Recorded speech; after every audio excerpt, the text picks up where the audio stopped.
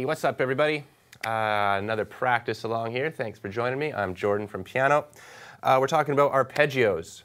It's not just a fun word to say, it's also a fun way to play the piano. So what is an arpeggio?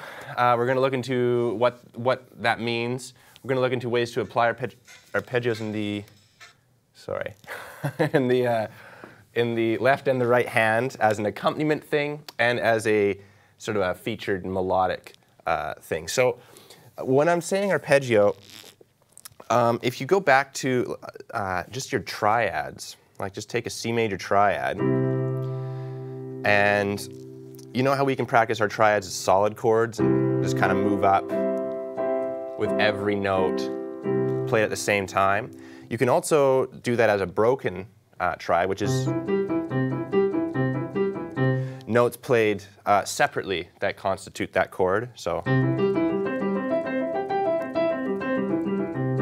that's just a basic major triad exercise with your broken chords. An arpeggio is almost like a souped up version of that. So a really simple arpeggio, just working within a 1 octave range in C here, would just be playing your C, playing your E, your G, and then your high C, and just going up and down each of those notes. And you can do that with just your left hand.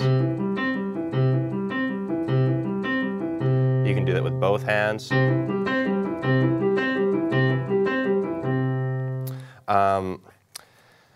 And you can do that in different inversions as well.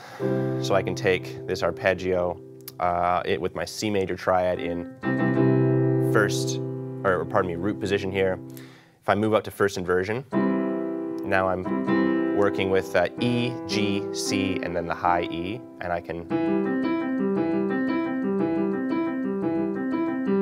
then I can go up to second inversion, and then I can go up back to root position. All right, so let's just work on arpeggios in the left hand there, and we're going to go nice and slow with the metronome. And if you noticed, if you were counting along to how I was just playing those arpeggios, they actually work in a 6/8 time signature. I'll show you kind of what I mean by that. But it makes it a very useful method of accompaniment if you are working with a 6/8 or 3/4 time signature. And the reason why is because if you just sort of count out each note here, we got 1, 2, 3, 4, 5, 6, 1, 2, 3, 4, 5, 6, 1, 2, 3, 4, 5, 6, 1. Right? So that pattern, that arpeggio pattern, repeats itself naturally on the 1 after every 6 beats. So whenever I'm working in a song that's in 6/8 and I'm kind of wanting to mess around with some of the chords, I find myself playing these sort of 4-note arpeggios a lot because they just naturally sync up really well.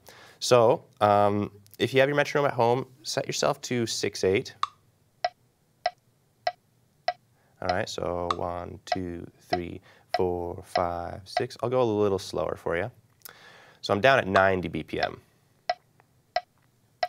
And what we're going to do is we're just going to take this C major chord. So we're going to take these 4 notes, and those are just going to be the 4 notes that we worry about. And we are going to work up and down each of those inversions as arpeggios. So I'll show you right now here. 1, 2, 3, 4, 5, 6, and then we repeat. Let's just take our time sitting and kind of rest in here on this root position version of the chord. And as we're playing it, think about each beat on the metronome and think about lining yourself nice and tight up with each beat as you're playing it. Because when you're playing an arpeggio in the left hand, you're kind of using it almost as your rhythm section. And if you're finding yourself this to be a bit of a stretch. This is a full octave stretch here. Notice how I'm almost rocking back and forth to get to that high octave. I'm letting my hands sort of just lightly drift up, so it's not this massive splayed thing. Okay, so we're gonna do this one more time. Okay, this is our last time. Now we're gonna move up to the next. Okay, we're gonna move up to the next inversion here. Here we go.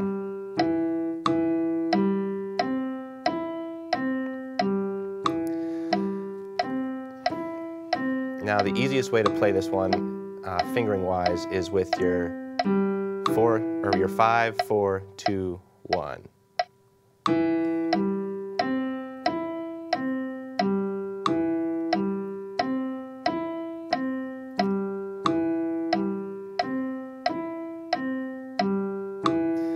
All right, so let's go up to second inversion now. This will be our last time.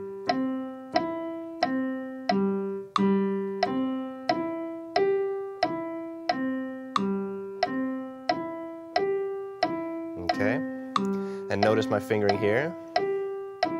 We got 5, 3, 2, 1.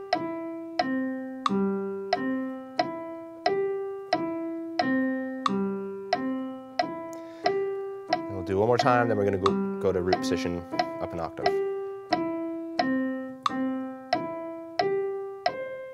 And now we're back to that home bass position, but an octave up.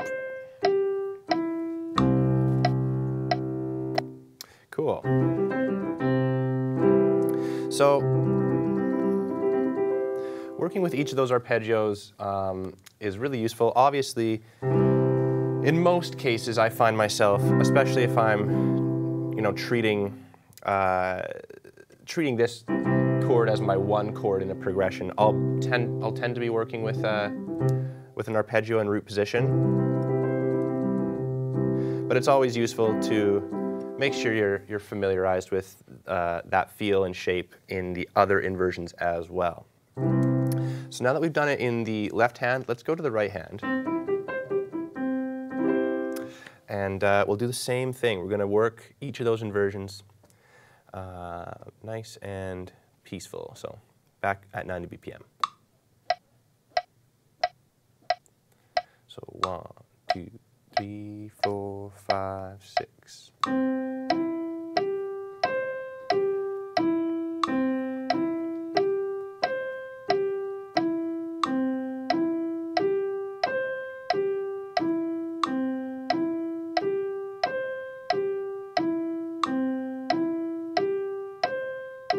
Okay, this will be our last time, then we're going to go up inversion.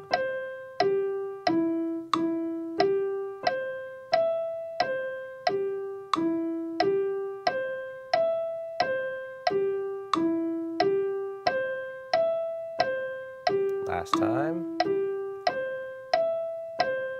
Up to second inversion.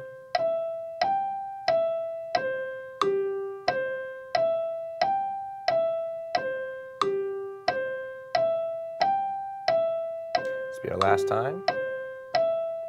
And then back to home position.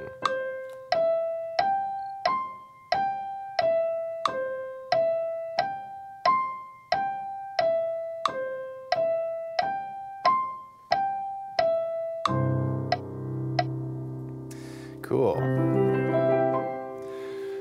So that is just a basic arpeggio exercise that you can use to warm up every time you're sitting down to play. You can take whatever chord you want to use and just sort of drill that and get yourself nice and comfortable. Now we're going to look at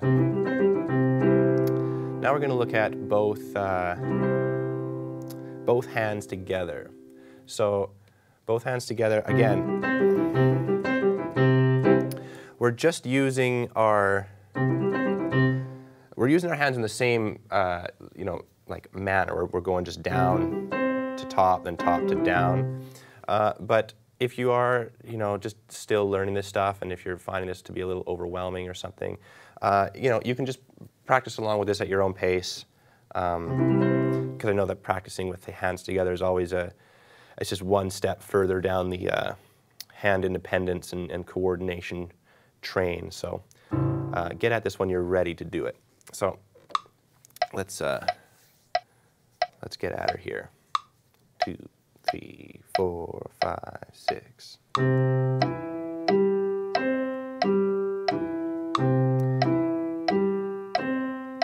One of the things to keep an eye out for when you're playing hands together with an exercise like this is to make sure that both your hands are playing the notes at the same time.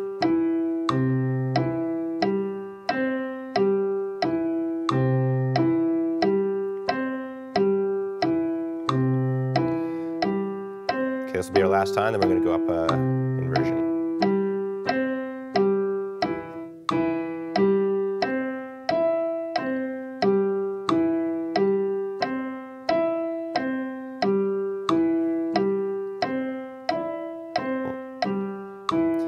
Last time here.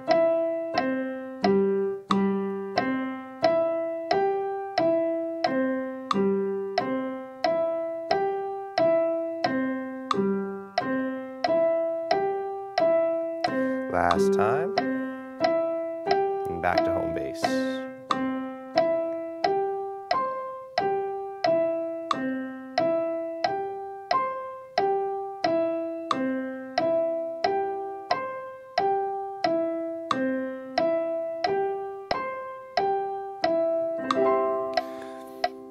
Beautiful.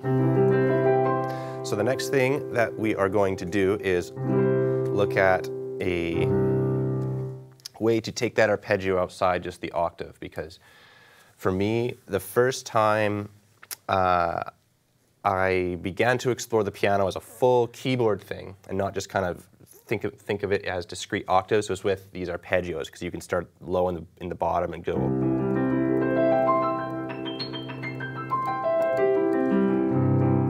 You can do that kind of stuff, and it sounds really pretty.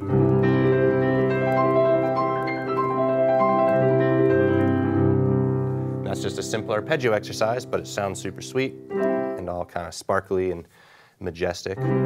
So, how do you get started playing like that? It's really simple. If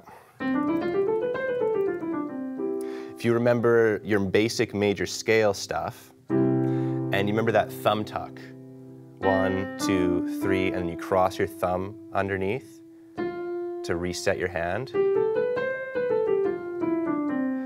We do that general kind of idea, but it's just sort of like stretched out a little bit. So the first exercise that we were going through here, just in that one octave, we were going back and forth, and our pinky was the high note up here.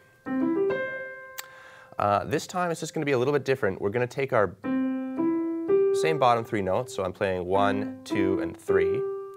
But when I hit that 3, I'm going to carry my thumb all the way under to kind of do this big thumb tuck leap.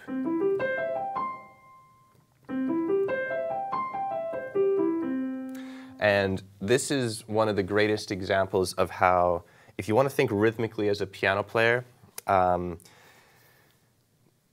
think of it as a motion, because this is an arpeggio is really based on movement. You can't just kind of hit those notes in this sort of on and off binary fashion. You have to get yourself there. So you have your first 3 notes, and then all of a sudden you have all this space that you have to traverse, and you have to traverse it in time with the other notes that you're playing. So that's how you start to become, you know, I'm not a big classical piano player myself, but I love classical musicians and how gracefully they move around with rhythm, because they get that playing with motion is a real key element to playing with emotion, I guess, which sounds kind of corny, but it's true. So I'll show you what I'm talking about here. We're going to go up and down 2 octaves with this general pattern here. So 2, 3, 4, here we go.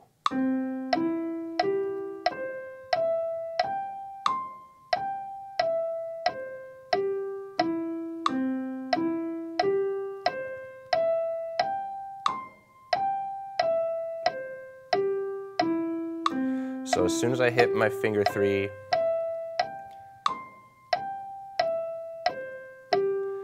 I'm moving. It's this space of 4 notes here.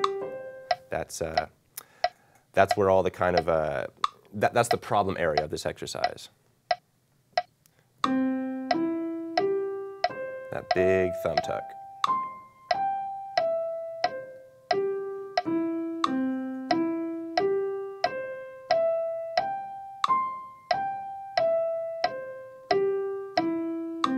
And of course, the beautiful thing about this fingering pattern is I'm just staying within 2 octaves just for the sake of this exercise, but because our hands reset every time, we can go up and down the keyboard indefinitely. We can just keep on going.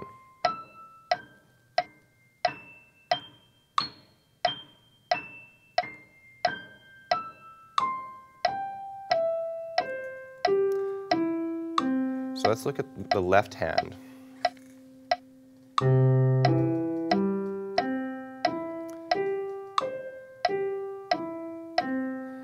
I actually find the left hand, in this case, to be a little easier. I find the hand repositioning is a little more intuitive. That's just me.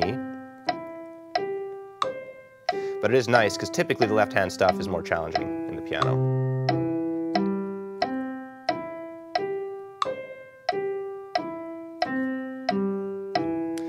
So once we get nice and grounded with each of these hands separately, of course the cherry on top is playing with both hands together, which we're going to do at the end of this arpeggio right here.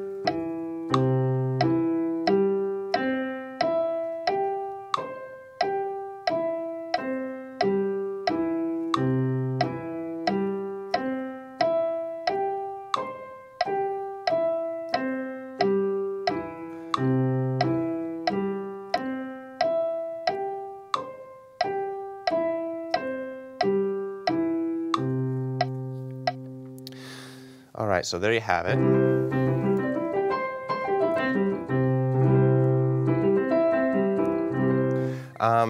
So there's a few things to keep in mind when you're practicing that sort of stuff. Excuse me, to get it to get it nice and tight. One thing is to make sure that your each note that you're playing is evenly spaced as far as rhythm, but also evenly sounded as far as the volume of the note.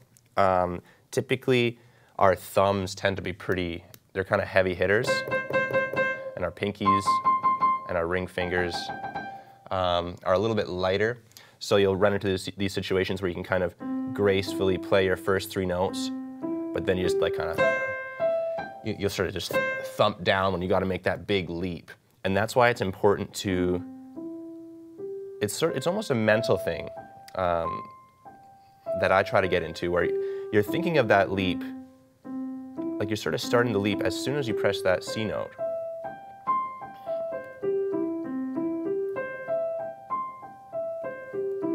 Because typically when you have to make a big movement quickly, you lose that precision that you want to maintain, right? So if you got to make this big jump and you're just trying to get there by any means possible, you're not necessarily going to be thinking about the rhythm of the exercise or how it sounds dynamically.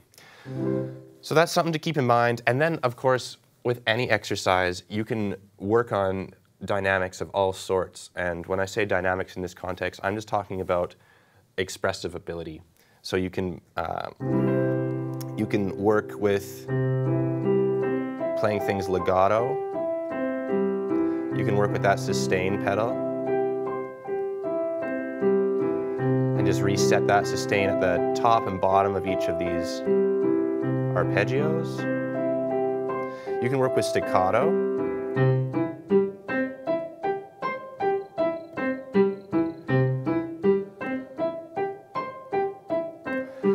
You can even do like double up on notes.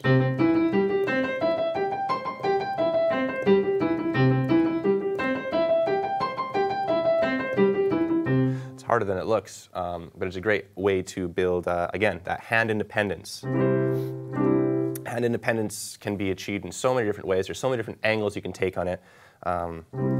It's not as simple as just, I'm going to do this sort of thing in the left hand and the right hand's going to do a totally different sort of thing. Sometimes doing very similar motions but just taking a different approach, that'll build your hand independence in a really unique way.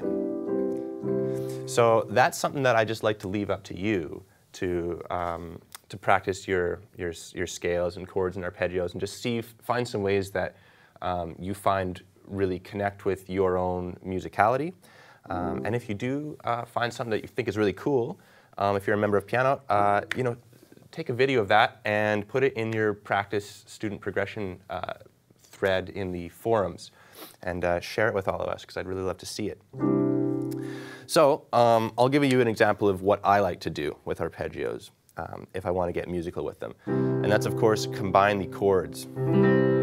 So one thing that I'm going to switch gears here. We're still going to work with all the white keys, but this time we're going to go down to the minor key. So now I'm in A minor.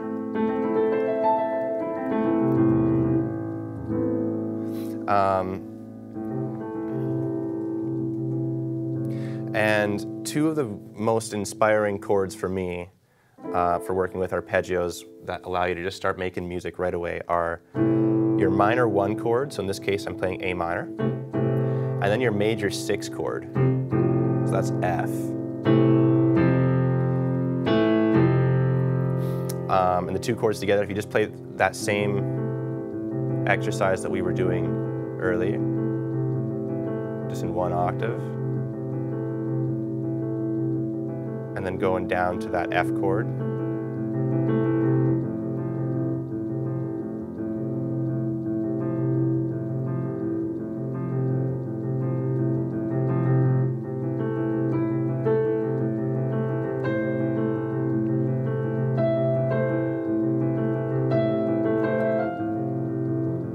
And just play around with the notes that make up those 2 chords.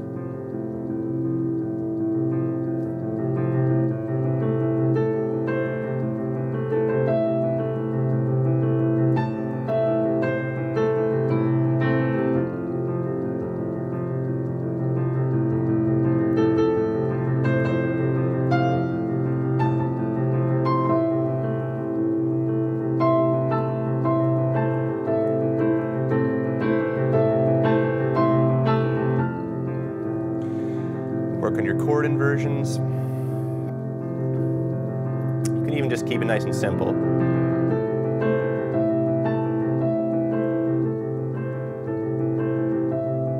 Just do kind of little arpeggio exercises in the right hand too.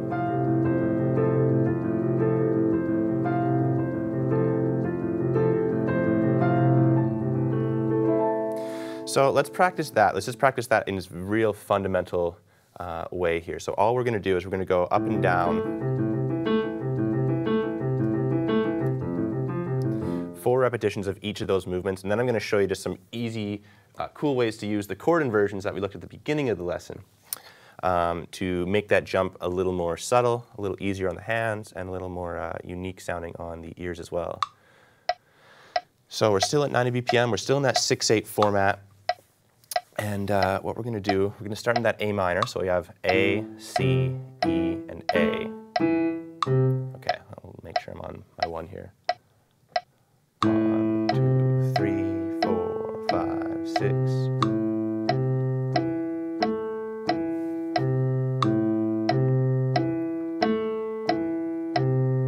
So last time, now we're going to go down to F. Okay, so the notes that we have here, F, A, C, and then the high F.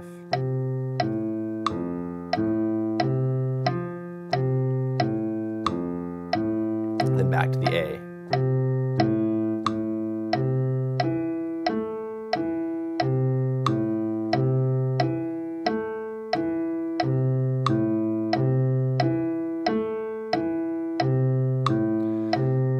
back down to the F. It's a bit of a stretch to get down to that F note. And I'm kind of jumping from the C to the F. And back up to the A.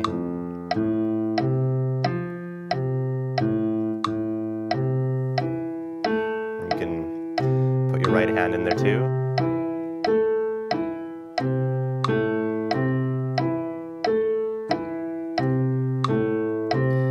Back down to the F.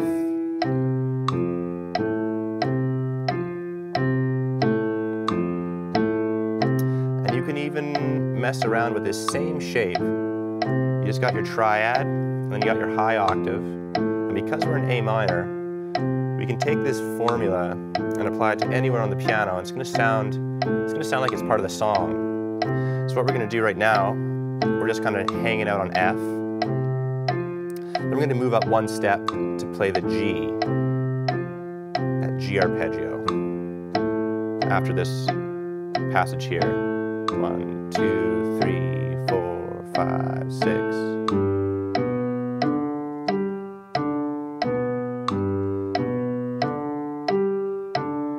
Now we're going to do one more passage after this, and then we're going to land back on A, right here.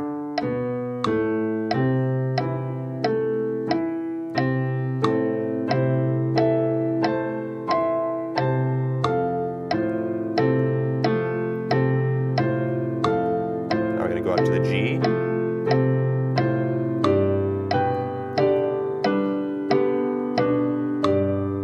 Oops. Then we're going to go into the A.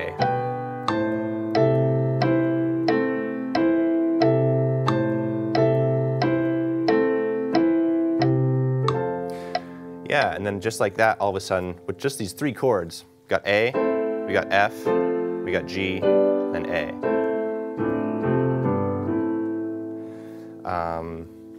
That's already kind of this musical thing to mess around with. So the next thing that we're going to look at is, rather than jumping from root position to root position with those three chords, we're going to instead use those inversions. So look at how our A minor arpeggio shape is actually very, very similar to the F major arpeggio shape. If you just break down the ingredients of each chord, we got the A, C, and E, and then we got the high A. So those three notes constitute the A minor chord, and the F major chord actually uses two of those three notes. So we have the A that's needed, we have the C that's needed, and then we need an F instead of an E. So all we got to do is pop this E up one semitone, and then we're in an F major first inversion position here. And it's a very subtle shift from note to note here, but if you play the root notes, you can really hear how the two chords blend really nicely together.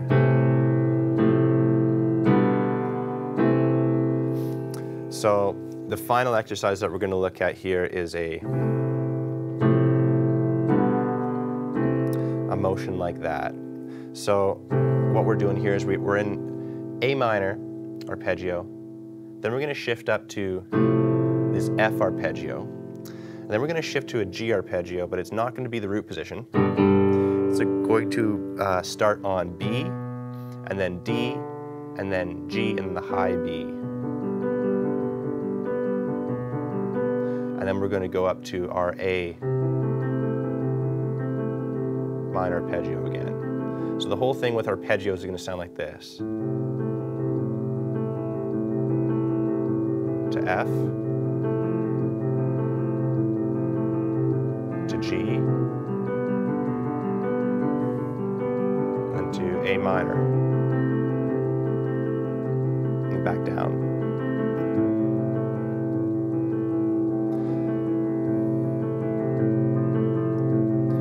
definitely a challenge,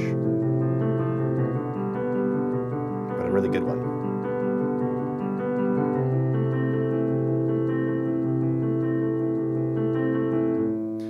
Okay, so let's look at that.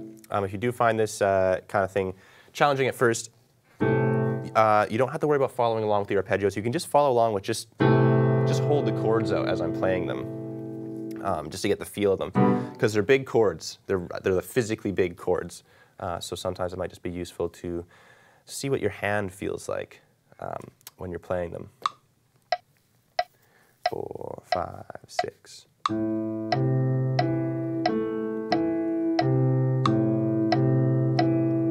To F.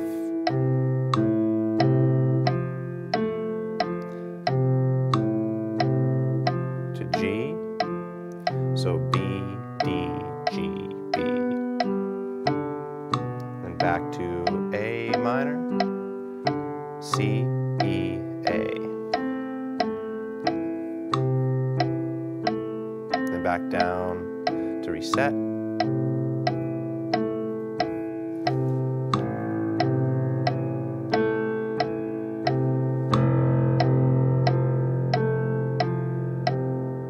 To G.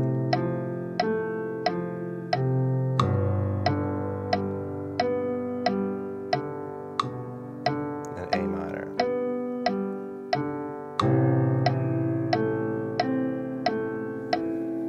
Let's try it in the right hand.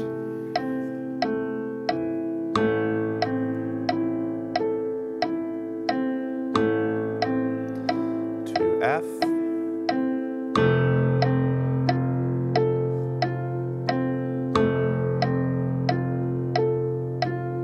To G.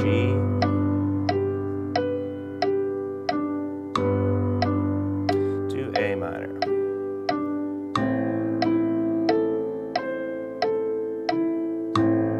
And we're going to reset it.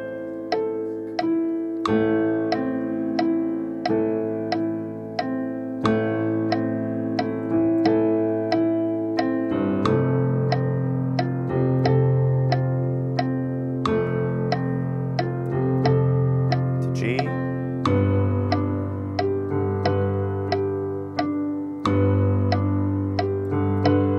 Back to A minor.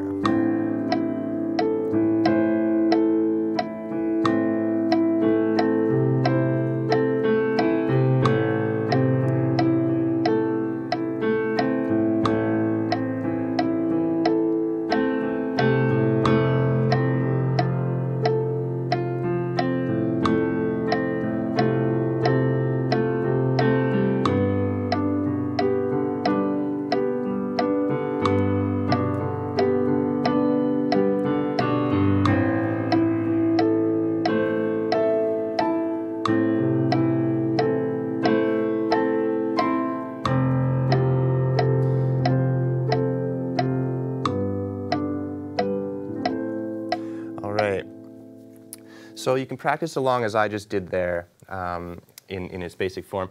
Obviously, I kind of went into a little improvisational sort of spot there at the end. But that's kind of where I encourage you to mess around with your own style of improvisation, your own kind of technique for exploring this sort of stuff, and just sort of make it your own thing. So let's see what we have for questions, if any. If anyone's got questions, just submit it with the Ask a Question button under the video. And sort of spot around with your own. But it doesn't look like we've got any questions. So I'm going to leave it there then, and I'll do a little practice out with this final progression. But thanks for joining. We have another lesson tomorrow at 2 p.m. Pacific Standard Time. So hope you can join for that. But yeah, thank you so much.